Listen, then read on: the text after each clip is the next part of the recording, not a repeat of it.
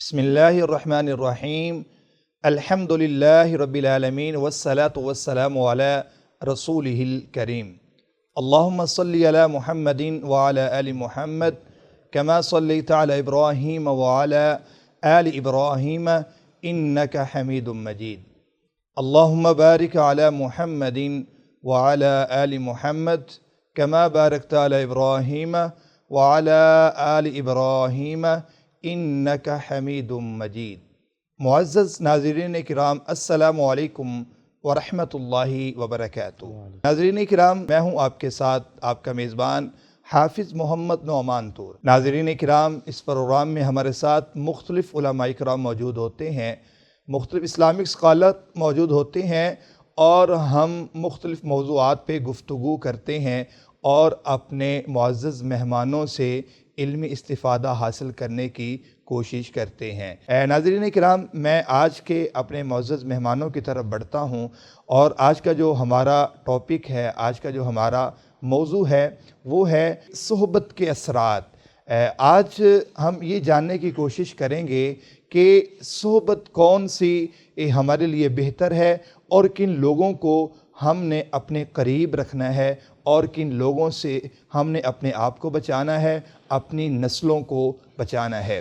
اور آج ہم اس موضوع پہ گفتگو کریں گے کہ انسان نے اپنے لیے کون سی صحبت کا انتخاب کر کے کس سمت کی طرف جانا ہے، جنت کی طرف جانا ہے یا جہنم کی طرف جانا ہے۔ تو ناظرین کرام، میرے ساتھ اسٹوڈیو میں موجود ہیں، اسلامک اسکالر ہیں ماشاءاللہ، فضیلت الشیخ یحییٰ خلیق صاحب حافظہ اللہ تعالی۔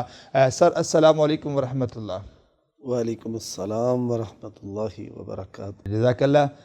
شیخ صاحب، آپ تشریف لائیں۔ ناظرین کرام، اسی طرح ہمارے ساتھ موجود ہیں اسلامی اسکالر پروفیسر فضیلت الشیخ عبدالرؤف صاحب حافظہ اللہ تعالی۔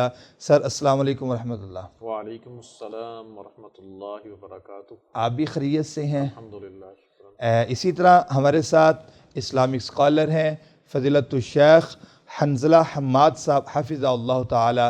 سر، السلام علیکم ورحمۃ اللہ۔ وعلیکم السلام ورحمۃ اللہ وبرکاتہ۔ شیخ صاحب، آپ ماشاءاللہ خیریت سے ہیں؟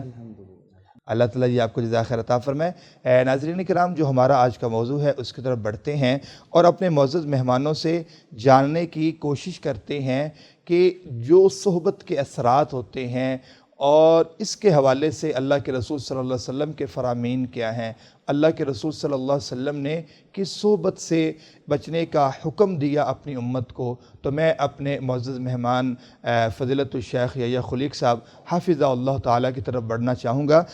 شیخ صاحب، بتائیے گا کہ انسان، حدیث میں ہے کہ انسان اپنے دوست کے دین پر ہوتا ہے، اس کا مفہوم کیا ہے؟ بسم اللہ الرحمن الرحیم۔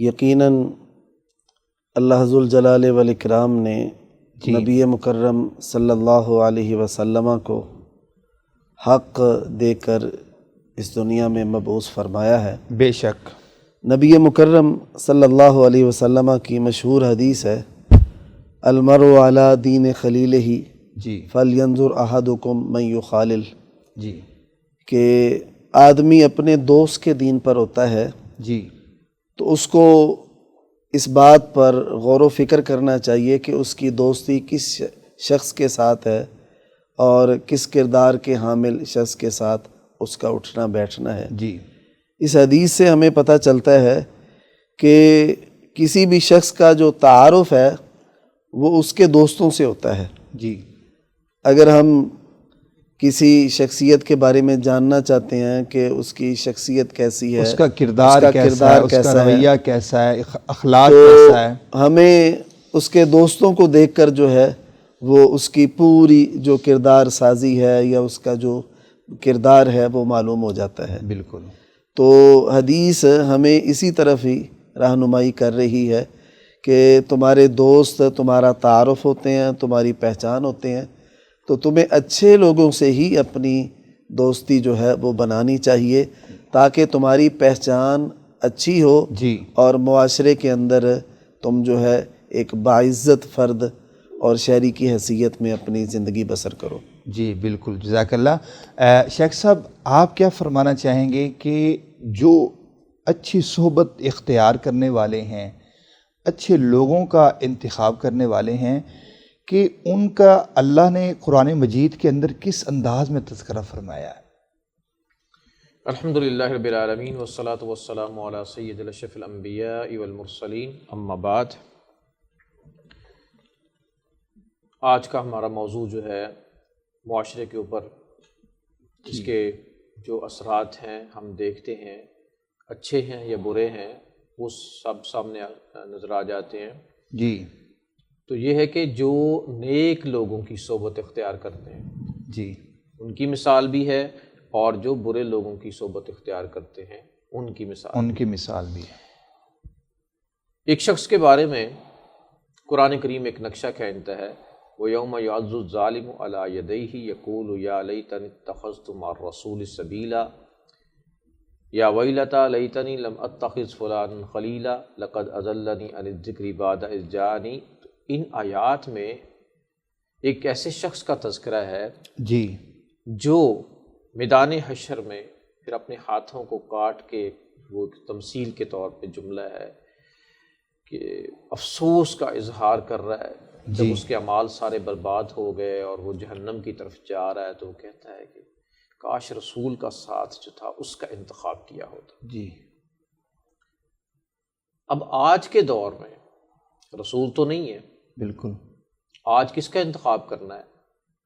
انما یخشی اللہ من عبادہ العلماء، اللہ کے بندوں میں سے علماء جو ہیں وہی اللہ تعالیٰ کا خوف رکھتے ہیں اور ڈرتے ہیں۔ جی، اور نبی مکرم صلی اللہ علیہ وسلم نے علماء کو اپنا وارث قرار دے دیا۔ جی، تو سب سے بہترین تعلق آج اگر کسی نے رکھنا ہے تو وہ علماء کرام کے ساتھ رکھے۔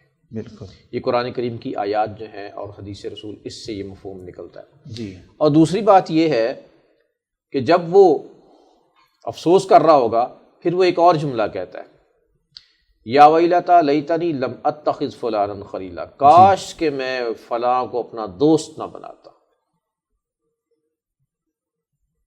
بالکل، جیسے شیخ صاحب فرما رہے تھے حدیث رسول کے، رسول اللہ صلی اللہ علیہ وسلم فرمایا کہ آدمی اپنے دوست کے دین پر ہوتا ہے، اور قرآن کی آیت نے بالکل ویسا ہی نقشہ کھینچ دیا ہے، یا ویلتا لیتنی لم اتخذ فلانا خلیلا، افسوس میں اس کو دوست نہ بناتا۔ کیوں؟ لقد اضلنی عن الذکر بعد اذ جاءنی، ہدایت آنے کے بعد اس نے مجھے گمراہ کر دیا۔ بالکل، وہ اشارہ دوست کی طرف کر رہا ہے۔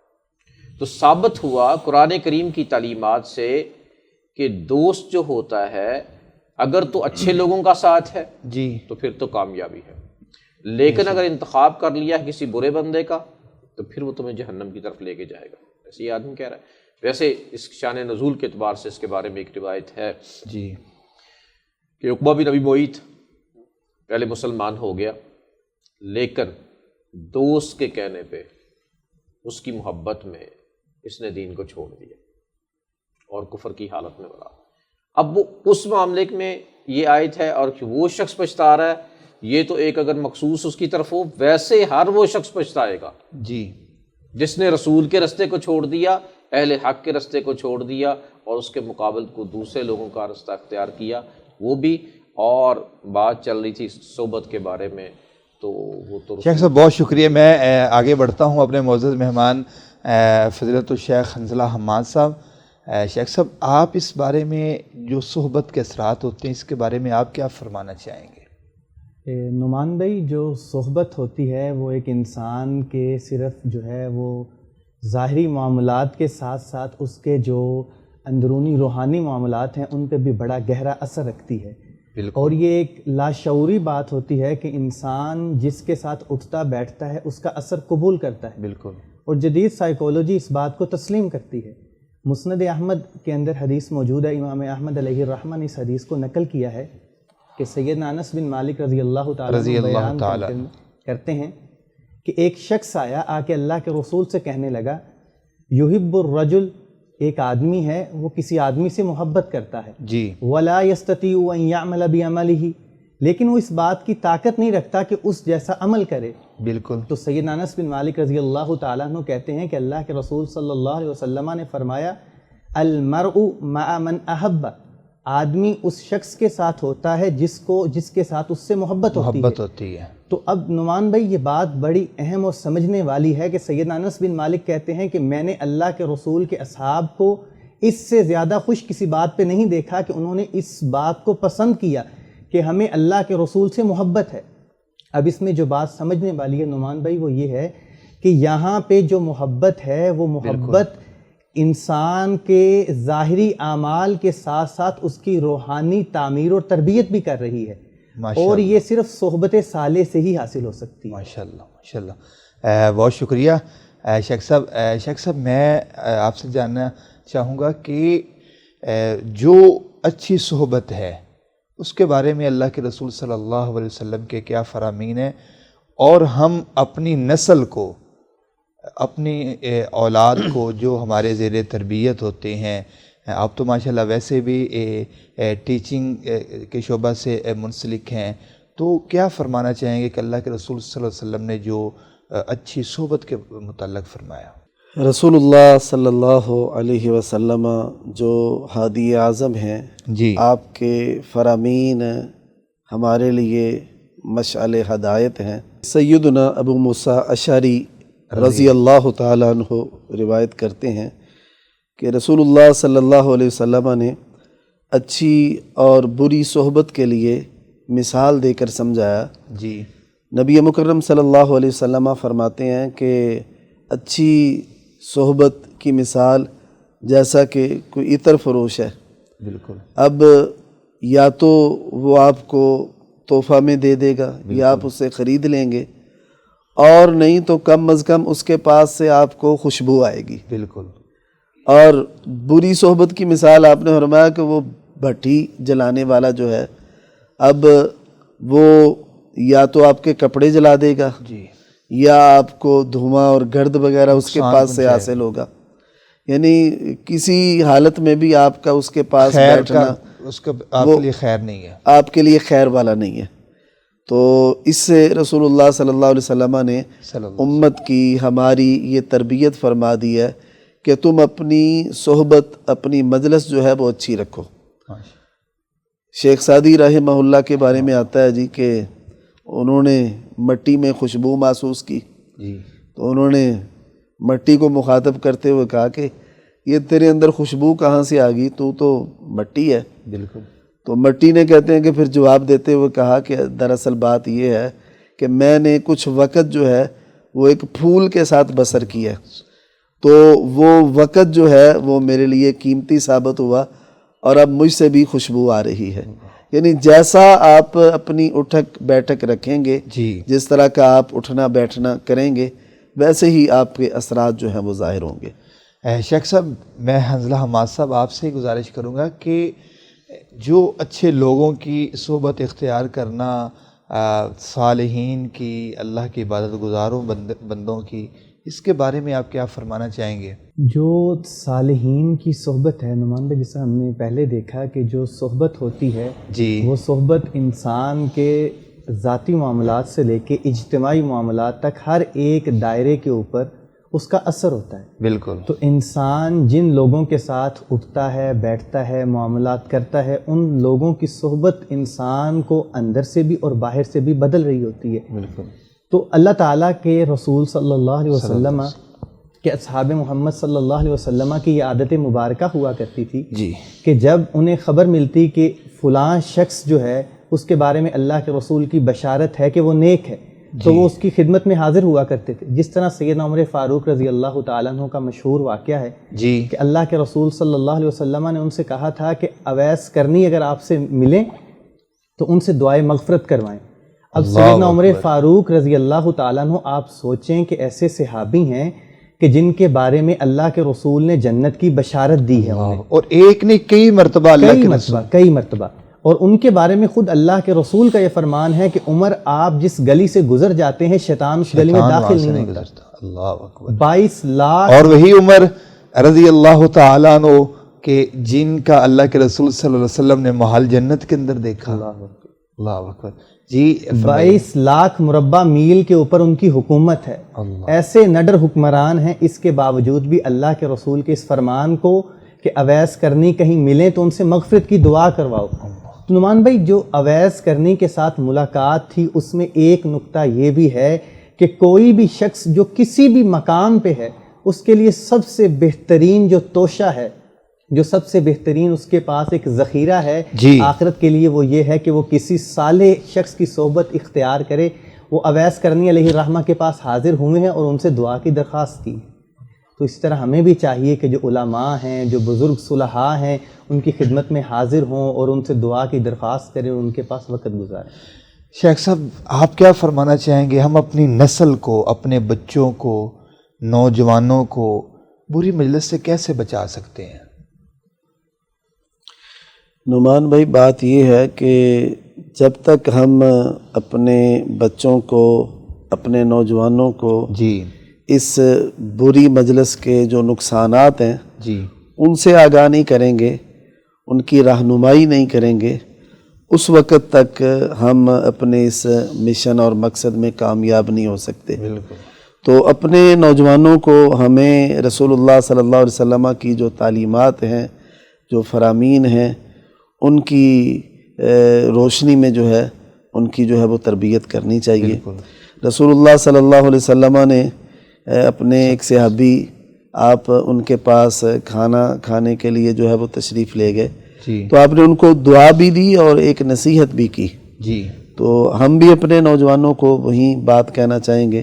نبی صلی اللہ علیہ وسلم نے فرمایا تھا کہ لا تصاحب الا مؤمنا ولا تاکل طعامک الا تقی۔ نبی مکرم صلی اللہ علیہ وسلم نے ایک دعا بھی دی اور نصیحت بھی فرمائی کہ آپ کی جو مصاحبت ہے، آپ کی جو صحبت ہے، وہ مومن کے ساتھ ہی ہونی چاہیے، اور آپ کا کھانا جو ہے وہ پرہیزگار جو لوگ ہیں ان کو ہی کھانا چاہیے۔ یعنی آپ کے دسترخوان پر ایسے لوگ ہونے چاہیے کہ جو اہل تقوی میں سے ہوں، جو اہل علم میں سے ہوں۔ تو یقیناً ہم بھی اپنے نوجوانوں کو یہی نصیحت کرنا چاہیں گے کہ آپ کا اٹھنا بیٹھنا، جس طرح کے شیخ محترم نے پہلے بات بھی کی ہے کہ علماء کے ساتھ، اہل علم کے ساتھ ہونا چاہیے، اور جب ان لوگوں کے ساتھ آپ کا اٹھنا بیٹھنا ہوگا تو پھر آپ کی مجلس بھی اچھی ہوگی، اور اس کے اثرات جو ہے وہ آپ کی ذات پر بھی ہوں گے اور اس کے اثرات ہمارے معاشرے پر بھی ہوں گے۔ اللہ شیخ صاحب، اگر آج نوجوان اس انداز کے ساتھ اپنی صحبت کو بہتر نہیں کرے گا تو کیا کل قیامت کے روز بھی اس سے کچھ پوچھا جائے گا اس کی صحبت کے بارے میں؟ نعمان بھائی یقینی بات ہے کہ ہمارے ایک ایک عمل کے بارے میں بارگاہ ذوالجلال میں ہم سے باز پرس ہونی ہے۔ تو ہمارا یہ جو مصاحبت والا معاملہ ہے، ہمارا جو کسی کے ساتھ تعلق والا معاملہ ہے، یہ تو یقیناً مقدم ہوگا اللہ کی بارگاہ میں، اس کے حوالے سے جو ہے وہ یقیناً سوال ہوگا۔ اور جس طرح کے شیخ محترم اس سے پہلے قرآنی آیات کی روشنی میں پیش کر چکے ہیں کہ قیامت کے دن وہ باقاعدہ حسرت اور افسوس کے ساتھ یہ بات کہے گا، یا لیتنی لم اکن فلانا خلیلا، ہائے کاش کہ میں فلاں کو اپنا دوست نہ بناتا۔ یعنی وہ اس قدر حسرت اور افسوس یہ قیامت کے دن ہوگا۔ تو اس کا معنی یہ ہے کہ یہ معاملہ بڑا حساس ہے اور بڑی ذمہ داری والا ہے۔ بڑی ذمہ داری۔ آج شیخ صاحب کیا پیغام دینا چاہیں گے صحبت کے حوالے سے نوجوان نسل کو؟ نعمان بھائی، صحبت جو ہے وہ اپنے اندر ایک دائمی اثرات رکھتی ہے۔ تو اس حوالے سے جو ہماری شریعت کی رہنمائی ہے وہ تو بالکل واضح موجود ہے کہ شریعت اس بات کی طرف تائیداً حکم کرتی ہے کہ ہر انسان کو صالح شخص کی جو صحبت ہے اس کے لیے کوشش کرنی چاہیے باقاعدہ۔ اس میں سب سے اہم نقطہ جو ہے 2022 کے اندر جو WHO نے ایک تحقیق کی جس کا تعلق یہ تھا کہ جو یوز آف موبائل ہے، موبائل کے استعمال کے ساتھ ساتھ آپ کی ذہنی جو صورت ہے یا ذہنی آپ کی جو ساخت ہے اس پر کیا اثر پڑ رہا ہے۔ ان لوگوں کے اندر جب یہ تحقیق ہوئی نعمان بھائی، تو یہ گزشتہ 10 سالہ تحقیق تھی، یہ کوئی چھوٹی تحقیق نہیں تھی بلکہ پورا ایک بیچ تھا سائنٹسٹ کا، اور یہ گزشتہ 10 سالہ تحقیق تھی، اور اس تحقیق کا نتیجہ یہ نکلا تھا کہ جو شخص یا جو لوگ اپنا زیادہ وقت موبائل کے ساتھ گزار رہے ہیں ان کی آگے انہوں نے 2 کیٹیگریز بنا لی. ایک وہ کیٹیگریز تھی جو اپنے آپ کو ان چیزوں میں مصروف کرتے تھے جو لا یعنی تھی, جس کو ہم آج کے دور میں کہہ سکتے ہیں کہ وہ صحبت صالح نہیں ہے. ریلز دیکھ رہے ہیں یا کوئی ایسی چیزیں دیکھ رہے ہیں جن کے اندر شرعاً ممانعت آتی ہے, تو ان لوگوں کی ذہنی ساخت ان لوگوں کی بنسبت جنہوں نے اپنے وقت کو مثبت استعمال کیا, کوئی چیز سیکھنے میں, کوئی تخلیقی کام سیکھنے میں, کوئی نیا ہنر سیکھنے میں, تو ان کی ساخت, ذہنی ساخت ان لوگوں کی نسبت بہت زیادہ تھی. تو جب یہ ایک صرف چھوٹا سا دنیاوی معاملہ ہے تو دینی معاملہ اس اعتبار سے بہت زیادہ اہمیت کا حامل ہو جاتا ہے کہ ہم اپنے دین کی فکر کریں. آخری بات جو میں کرنا چاہوں گا وہ یہ ہے کہ سیدنا یوسف علیہ السلام کو اللہ تعالیٰ نے جب مصر کی بادشاہی عطا کر دی ہے, بالکل, تو اتنی بڑی سلطنت ملنے کے بعد بھی اللہ تعالیٰ نے سیدنا یوسف علیہ السلام کی جس دعا کا ذکر کیا وہ توفنی مسلمہ, کہ ہمیں انسان کو کم از کم جس مقام مرتبے ماہیت پہ بھی پہنچ جائے اس کی انجام جو ہے وہ اسلام پہ ہونا چاہیے. اسلام اور دین سے بڑھ کے کوئی نعمت ہمارے پاس نہیں ہے. تو صحبت صالح وہ چیز ہے جو آپ کو اسلام پہ قائم بھی رکھتی ہے, دائم بھی رکھتی ہے, اور آپ کے ایمان کو بڑھاتی بھی ہے اور باقی بھی رکھتی ہے. جی بہت شکریہ. جی شیخ صاحب فرمائیے گا.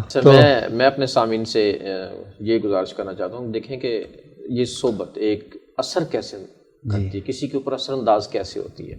ہماری روزمرہ زندگی کے اندر جو مثالیں ہیں اس کے اندر جو ہم دیکھتے ہیں کہ وہ کہا جاتا ہے, بڑے کہتے ہیں کہ دودھ اور دہی کو اکٹھا نہ رکھیں.